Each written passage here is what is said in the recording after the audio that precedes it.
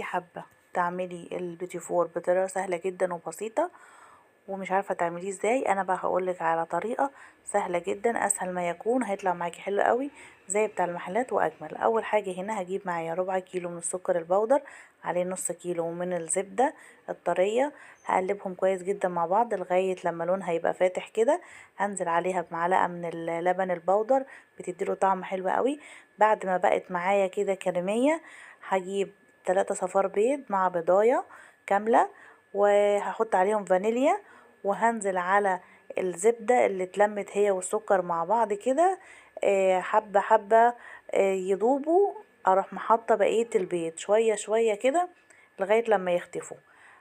هلم بس كده الكريمة بكوباية الأول من الدقيق، وبعد كده هنزل الدقيق بقية الكيلو شوية شوية، علشان ممكن تبقى ايه معايا مش محتاجة معلقتين ولا حاجة اشيلهم. انا هنا هعمل نص شوكولاتة ونص فانيليا.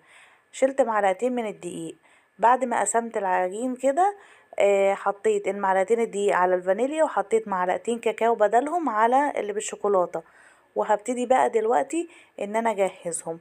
انا سبت العجينة ارتاحت ساعتين كده في التلاجة، وبعد كده طلعتهم واخترت الاشكال اللي انا حباها.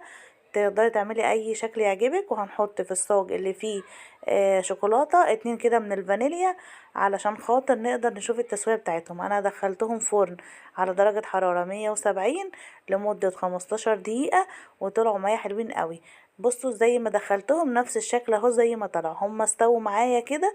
بعدين رحت جايبة شوكولاتة ومربى، لزقت كده كل اتنين مع بعض بالمربى، وحطيت فيهم شوكولاتة بيضة وشوكولاتة غامقة. وانا حبيت ان انا احط عليهم جوز الهند. انتوا تقدروا تعملوا الاشكال اللي تعجبكم، هيطلع معاكي تحفة.